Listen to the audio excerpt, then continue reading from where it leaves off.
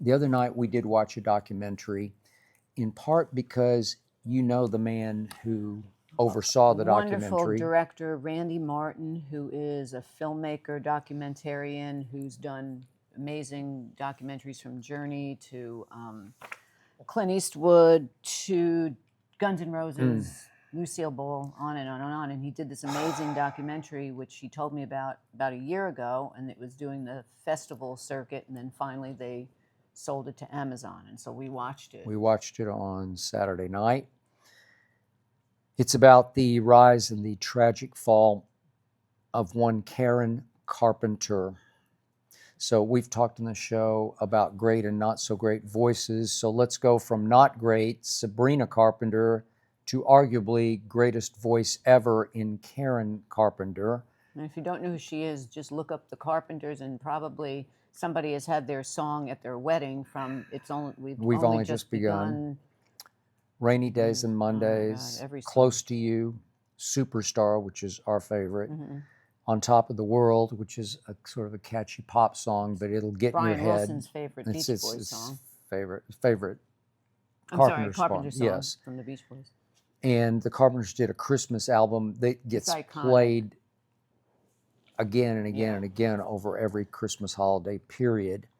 So the documentary is called Starving for Perfection, because Karen Carpenter suffered from anorexia. She was probably the first big celebrity to publicly suffer and then die from anorexia, what was called nervosa at that point. She didn't have it in the beginning of her career, but as her career began to rise, the pressure of being perfect, her discomfort with the spotlight, it, so to speak, ate her alive. And then the revelation to me, because I didn't follow it that closely, when she did die in 1983, I believe it was.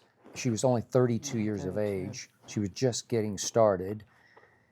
And she died of this syrup that you can take called Ipecac. She died from a heart attack. Yeah, but the throwing prolonged use of this syrup, which induces vomiting. So you eat and then you need to throw up. Some people can get away with for a while just sticking your fingers down your throat to induce vomiting. But if you're really great at it, so to speak, you need this syrup, which is very hard on the heart, and finally induced a heart attack, which killed her at age 32. And there's some really great people in this documentary that were close to her, from Olivia Newton-John, Carol Burnett. Carney Wilson talks about the influence of Karen Carpenter and the Carpenters on the Beach Boys and her dad, famous, wonderful icon, Brian Wilson. And it's such an amazing story, because I think her voice has to be one of the best voices that have ever lived as a female singer. I mean, we can argue Whitney Houston and Barbra Streisand. Well, she's right up there. Yeah, she's up there. Because she has a one-of-a-kind voice. It's just that there's one of a no kind. one else. And it's just effortless. Just piercing, because it's a throatier, huskier voice that has real power to it. But at the same time, check she her was out amazing. on YouTube. But she was one of the first female drummers, because she had this talent that her brother was a great piano player, pianist as a kid. And an orchestrator. He was sort of the quote-unquote brains behind the operation, but she was the talent. Voice, but she could drum, because when she was a little girl, tomboy-ish. Yeah, she was a tomboy and created this wonderful talent that. Okay, so now to the topic for the two of us. We have both battled different kinds of eating disorders, and we still have our love-hate relationship with food in different ways. But how did this documentary impact you? To me, I think every girl at some point in their life goes through this, especially now. It's worse than ever, because all you see are thin, thin, thin. When I was younger... I don't know, there is the big butt craze. Yeah, but girls usually, growing up, you don't really want to be heavy, you want to be thin. That's really what it was. Now it's okay, a little bit better to be heavier, because they're big, beautiful models, and it's a different. But when I was growing up, Twiggy was before my generation, but Yep. everybody wanted to be thin. And so, of course, and I grew up in an Italian Jewish house, which we ate a lot of food, and it was normal to have on every table challah bread, Italian bread, cheese, pasta, everything in the world. And my mother was a great cook. And Always so, dessert. yeah, at my your mother house. homemade desserts. I never ate a box cake ever. Maybe once in a while as a surprise. My father would bring home an Entenmann's cake or Dunkin' Donuts. My mother made cream puffs. Everything every night was a strawberry shortcake from scratch. And so when I was like 10 years old, I was a size 11, which to me, I'm not that tall, is a little bit chunky. And so then I went the reverse, and I remember eating like a half of a grapefruit and a half of a melon for the day, and drinking black coffee, and taking, back in the day, they had these things, it's a really weird name, it's called AIDS, AIDS, but they were eating, to help you suppress your appetite. And I was popping those, they're like candies, and drinking black coffee, and it's really like a speed. And I remember my heart jumping out of my, chest, and losing my period because I lost so much weight. And so then, Didn't you go through a running phase? oh yeah, then the minute I would eat, I would run. I would go outside and run like another mile just to get rid of the half a grapefruit and half a melon. And then eventually it just stopped. I just decided I wasn't going to do it anymore. And I think I moved into New York City, and that cured me because I was commuting. And when you commute, you're really, your whole day is screwed up from being on a train and then coming home. And so then it stopped, and I haven't. And I am someone that can never throw up. I can count on one hand how many times in my life I've thrown up, because I always have a fear of throwing up, and I don't like throwing up. My sister can throw up at the drop of a hat. My mother could throw up at the drop of a hat. I'm someone, if I have to throw up, it's like, you've seen me one time in the whole 19 years we know each other. I saw it. When I had food poisoning, and I freak out. So I could never be that type of anorexic, but I think it affects everyone. And then if you don't nip it fast enough, this is what happens. And back then, I don't think people were as in tune to it as they are now, especially if you were a star. Someone would intercept. Now, you would hope and say, hey, like the brother who probably was on tour and would probably know that she was throwing up in the bathroom, whenever you would say, we need to do the documentary revealed he was fighting Quaalude issues. Quaalude, yeah. Okay. Yeah, so you would think somebody would do an intervention, but... Yet, even you, as of late, have fought this perception that some of our friends have that you're too because thin. I'm thin, but we have I a couple of can't help doctor it. friends who say, Ernestine, you're just too skinny. You need to eat more. You need to blah, blah, blah.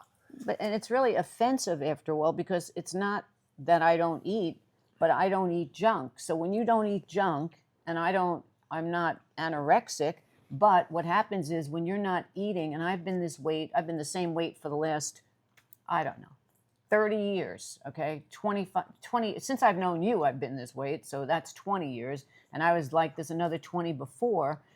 So I just don't eat junk, and I don't drink, and I don't do drugs, and so I'm healthy, and I walk a lot, and that's what I am. And so, it's not as though it's an eating disorder. It's just what I am. I've always been a size 0. Although we did weigh the other day, and you were down a little bit. Well, that was from stress. Yes, I've been under a lot of stress. So when I'm under a lot of stress, my metabolism goes faster, and I just eat. Whatever I eat just goes away. Okay. And so, but I've been now eating more to gain back the 3 pounds that I lost. I think you look great. Oh, thank you. Appreciate that. Think your weight is fine. Well, but I know when I'm down 3 pounds. Yeah, so if I'm down 3 pounds, for me, it's a lot. Speaking of weight, you hit the weights. You do well, weights. I work out 3 times a week, and every single day I either run or I do the bike. But I also walk. Like today, I'll walk to Beverly Hills, and that's 3 miles. But I'm used to walking because I lived in back. Right. But I lived in New York City, and all you do is walk. Everybody walks in New York City. Agreed. And so when I moved out here, it's just part of my life. I don't like not walking. Yeah. The only thing I don't love about your regimen is that you tend to wake up, you will have a shake, a protein shake in the morning. I have a protein shake in the morning, and I'll have a protein bar, or else I have an English muffin. I'll have a shake, and I'll have an English muffin with either cottage cheese or almond butter on it. And then Low-fat cottage cheese, I yeah, would think. low-fat cottage Okay. cheese. Well, I don't want to get cholesterol. No, I understand. I mean, when I go to the doctor, my doctor tells me that there's not one thing wrong with my blood work that comes back. I've He seen said, it. I wish I could find something wrong with you. There's absolutely nothing wrong with Okay. you. So All good. something is in, Okay. proof is in The the only thing pudding. I don't love about the way you attack your day Yeah. is you kind of build your food intake up through the day to where your crescendo is always at night when you eat, to my eye, a pretty big dinner. But I Like have that's your lunch, but biggest. my lunch is like, my lunch can vary. My lunch can go from whether I'm in Beverly Hills and there's a yogurt thing called Go Greek, and I go there and I get a big yogurt with 100 different toppings on it, not junk. This is good stuff.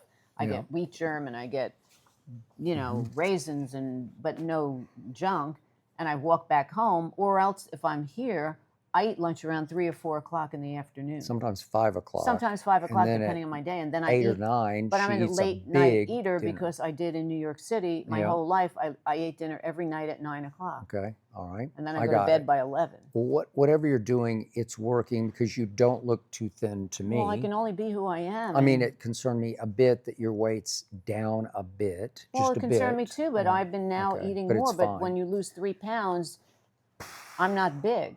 Okay. So, I mean, when I went to the doctor, he said to me, "Look, just add a couple more 3 pounds back, and you'll be fine." Okay.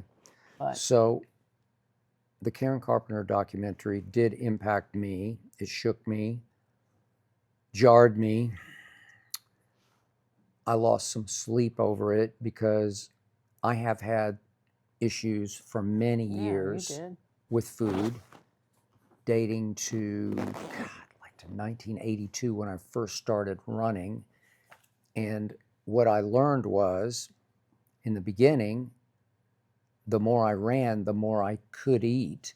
Well, that starts to, That's a catch-22. well, what it does is you start to go over the edge into what is called, to me, exercise bulimia. And remember, there's a little difference here, and I'm not a student of this or a doctor, but there's a difference between anorexia and bulimia. Bulimia is the one where you Throwing eat up. and Purge, yeah. eat, purge, binge purge. And what I started doing, because it worked, and I don't starve for perfection, I started to run for perfection Well, because it becomes addicting. because I wanted to stay the same weight Yeah. while eating whatever my heart desired. By the way, you're killing your heart, which I didn't understand at that point in the very beginning, where it was just so unhealthy because I was just pigging out while I trained Well, for that's marathons. what people do as yo-yo dieting. They go up and they go down. They gouge themselves, then they cut back, and Gorge, then they or whatever. But their heart, that's the problem. You just can't take No. the beating of it. So what I was doing was, back in the day, as I was training for my first marathon, I would eat anything. I was big on Mexican food. My brother's a big Mexican cook, but I'm talking about Tex-Mex because those were my Dallas days. Ice cream. God, I binged on whatever I wanted to eat, 'cause you knew you were hamburgers, gonna hot run. dogs, because I was running at one point, this was for my second marathon, I was averaging 120 miles a week.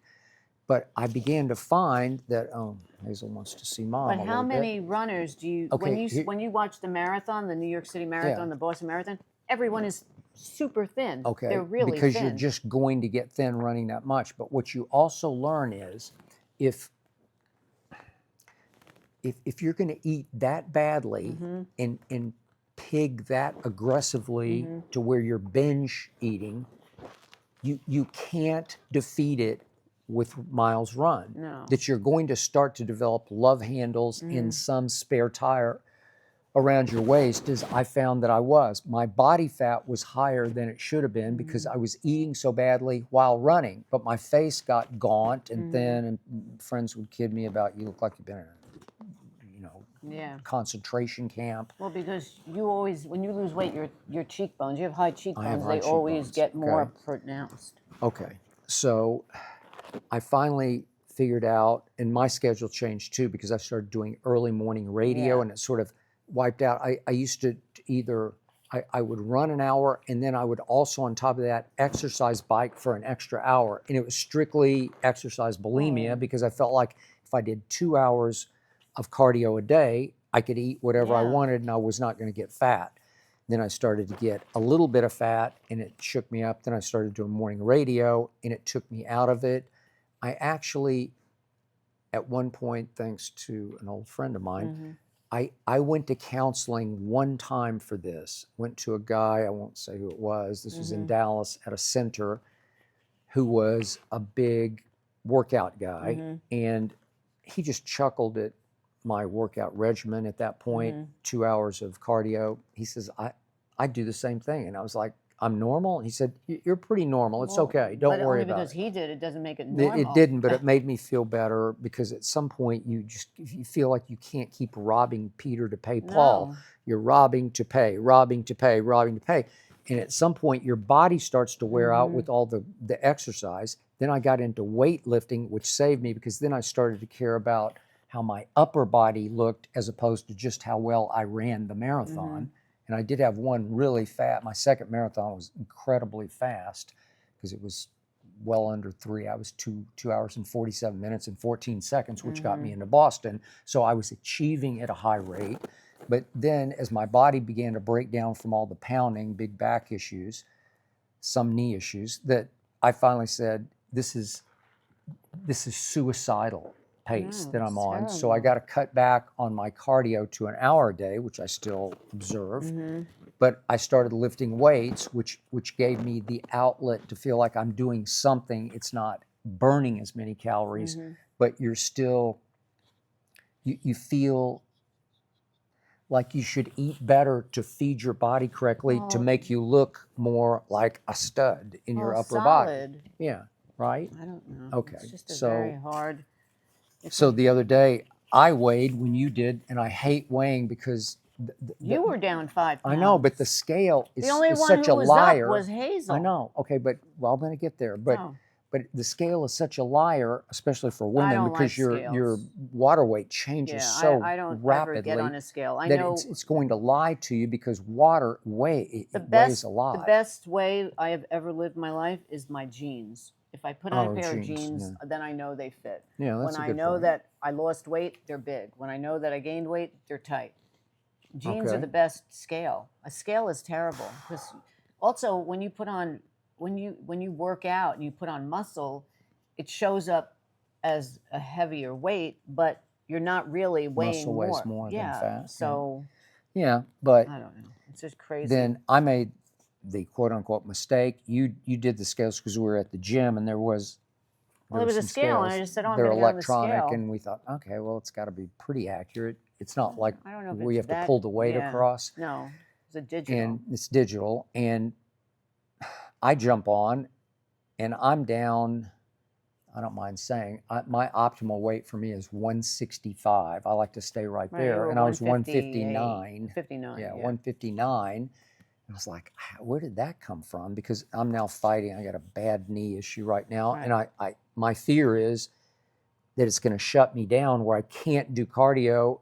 And then I feel like I can't eat. Well, then I'm going to go back into anorexia. Well, you can't do that. Okay, well, that's just I've been doing this since 1982. Well, that's why you can't. So I still doing it at fight that some pace to save exercise your bulimia. knees. Well, that's true. And I got a hip issue that's bothering me and you keep saying, go get it fixed. And I'm afraid at my age, it's not fixable. Well, you don't know that until you go to a I've tried. different doctor. Yeah, but Okay. this is the whole thing. We could do a whole show on I mean, all my that, cartilage is just wearing out in my knee Right. because I've done so much cardio. Right. So And my hip condition is just from being a little out of balance, and I got a nerve that's being compressed up in my hip, and it just radiates pain down my leg. right, but you have But I to get manage. somebody to see. Do I not ice every single night? But that's a Band-Aid. But anyway, Okay, we're it's a getting away Band-Aid. from Karen Carpenter. No, but no, we're not. Oh, We're staying right on okay. what we're All talking right. about. This Well. is interesting because we're talking about how it impacts us. But then now to Hazel, so then we keep arguing about Hazel's weight because I'm fearful she has put on a She's little not. extra weight. She's I don't solid like as it a. because she gives her way too many treats. Oh please! I I give won't her even one little bone, and you you give her 3 bones, and you give her these Are you? new low things. They're 2 calories. They're nothing. They're less than the big bones that she gets. But anyway, she runs around a lot and she has a lot of muscle. So she is when we weighed incredibly her, she's strong, tight. 8 pounds. I don't know where 8 pounds came from because I think she was 8 pounds for years. I know, but I kept telling you she's at least 10. So we weighed her So we both weighed her by holding her in our hands. And then we had to deduct our weight from Hazel, and it turned out Hazel was the only one who gained weight. She's 11.5 pounds. She says, that's okay. And I'm Mom, solid. who picked her out, thought she was a teacup puppy. Yeah, well, that she was going to big teacup, like she the could ones just that carry they have around at in the her fairs purse. where they sit in them. Yeah. She's like a teacup like that. Yeah, she's getting She sleepy. says, that's You getting tired okay. of this? That's okay. I'm 11 pounds. I don't care. Yeah, she doesn't care because She says, I look good in a bikini. Warrior princess. She is an athlete. Yeah, she's fine. All right. You look good. Enough about so anyway, our watch the documentary. problems with food, our battles, our love-hate with food.